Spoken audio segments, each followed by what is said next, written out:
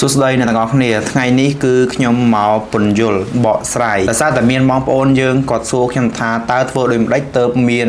ទំនាក់ទំនងជាមួយនឹងជនបរទេសហើយធ្វើការជាមួយគ្នាតាមពិតបើចង់មានទំនាក់ទំនងជាមួយជនបរទេសធ្វើការជាមួយគ្នាគឺយើងអាចធ្វើការ promote ខ្លួនឯងតាមរយៈ website ដូចជា Upwork ឬក៏ website ផ្សេងៗដែលជាប្រភេទការងារឬក៏ GitHub Public អីជាដើមប៉ុន្តែសម្រាប់ខ្ញុំមិនមែនខ្ញុំមានទំនាក់ទំនងជាមួយនឹងជនបរទេសទេអានេះគឺខ្ញុំនិយាយដល់ស្មោះមូលហេតុដែលខ្ញុំធ្វើការជាមួយពួកគាត់ដោយសារតែទូនីតិទេដោយសារតែកាលនោះគឺខ្ញុំធ្វើការនៅក្រុមហ៊ុន Solution របស់ក្រុមហ៊ុននៅកូរ៉េខាងត្បូងអញ្ចឹងក្រុមហ៊ុន Solution គឺទៅលើ financial នៅពេលដែលគេនិយាយពាក្យថា financial គឺសំដៅទៅលើក្រុមហ៊ុនដែលធ្វើការគ្រប់គ្រងទៅលើ fintech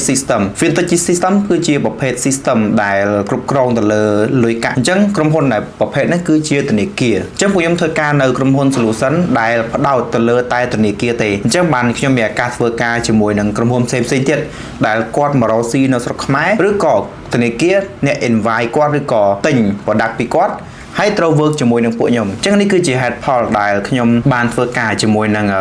ក្រុមហ៊ុននៅបរទេសហ្នឹងមិនមែនខ្ញុំមានតំណែងល្អមួយពួកគេដើរធ្វើការជាមួយធ្វើបញ្ជីលក់ទៅមិនមែនទេគឺពួកខ្ញុំធ្វើការតែក្រុមហ៊ុនតែមួយទេដោយសារតែខ្ញុំធ្វើការជាក្រុមហ៊ុន Solution ធម្មតាក្រុមហ៊ុន Solution គឺគេមានបច្ចេកច្រើនទៅតាមលក់ឲ្យធនាគារ1ធនាគារ2ធនាគារ3ធនាគារ4ធនាគារ5យ៉ាងទៅអញ្ចឹងបើសិនជាធនាគារម្ដងមួយ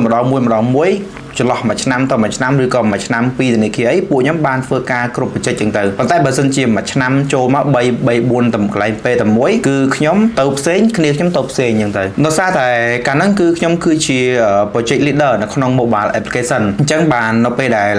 ពេល invoke ជាមួយនឹងក្រុមហ៊ុន security គឺខ្ញុំត្រូវ invoke ជាមួយនឹងពួកគេដែលខ្ញុំគឺជាអ្នក fix ពួកគេគឺជាអ្នក attack នៅពេលដែលគេ attack application របស់យើងមានចន្លោះប្រហោងកន្លែងណាមានកន្លែងណាដែលត្រូវ validate កន្លែងណាដែលត្រូវ encrypt ឬក៏មាន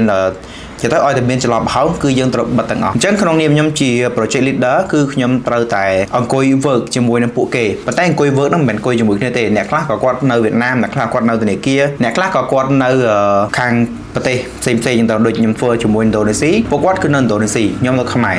ពួកយើង join online meeting ទេនៅពេលដែលខ្ញុំធ្វើហ្នឹងគឺវាមានច្រើនផ្នែកវាមានក្រុមហ៊ុនខ្លះខាង middleware ក្រុមហ៊ុនខ្លះខាង attack ខាង hack system អញ្ចឹងនៅពេលដែលគេ hack ឃើញច្រឡំប្រហោងគឺខ្ញុំត្រូវបិទហើយក្រុមហ៊ុន middleware ក៏ពួកខ្ញុំត្រូវការ work ជាមួយដែរដើម្បី allow connection ដើម្បីអីហើយ middleware ក៏មានការងាររបស់គាត់អញ្ចឹងទៅបន្ទាប់មកយើងមាន vendor ផ្សេងដើម្បី support ធនាគារដូចជា EKYC ឬ OCR អីចឹងទៅអញ្ចឹងពេលហ្នឹងគឺខ្ញុំត្រូវ work vớiពួកគាត់នៅពេលដែលខ្ញុំយក SDK របស់ពួកគាត់ហ្នឹងយកមក implement នៅក្នុង project ដែលខ្ញុំធ្វើឲ្យធនាគារហើយមានបញ្ហានៅពេលដែលមានបញ្ហាមាន issue មាន bug មានអីឬក៏ lag performance lag អីគឺខ្ញុំត្រូវតែ report ទៅពួកគាត់ direct ឬក៏ report ទៅខាងធនាគារដើម្បីឲ្យធនាគារទៅ report បន្តទៀតប៉ុន្តែភាគច្រើនគឺពួកខ្ញុំគេជួលឲ្យ work direct មានន័យថាម៉េចខ្ញុំក្រុមហ៊ុន A ធនាគារកណ្ដាលក្រុមហ៊ុន B នៅខាងនេះអញ្ចឹងនៅពេលដែលយើង work គឺ work ឲ្យក្រុមហ៊ុនឲ្យធនាគារអញ្ចឹង A និង B គឺត្រូវ work មួយគ្នាដែលស្ថិតនៅក្រុមហ៊ុនផ្សេងគ្នាប្រទេសផ្សេងគ្នាជនជាតិផ្សេងគ្នាអញ្ចឹងនេះគឺជាហេតុផលដែលខ្ញុំធ្វើការជាមួយនឹងបរទេសហើយខ្ញុំចង់បន្ថែមបន្តិចនៅក្នុងធនាគារគឺមាន vendor ច្រើនបើសិនជាធនាគារហ្នឹងមិនធ្វើ system ខ្លួនឯងបើសិនជាក្រុមហ៊ុនហ្នឹងគឺធនាគារណាដែលទិញ system គេសុទ្ធគេមាន vendor ច្រើនគេអត់ទុកចិត្តទៅលើ vendor តែមួយទេអញ្ចឹងគេមាន vendor ច្រើនគេមានជំរើសច្រើនហើយ vendor នីមួយៗគឺដាច់ពីគ្នាអញ្ចឹងសួរថាចុះបើ system work ជាមួយគ្នាគឺគេ export API ឲ្យគ្នាដើម្បីយកទៅធ្វើ implement អញ្ចឹងសង្ឃឹមថាបងប្អូននឹង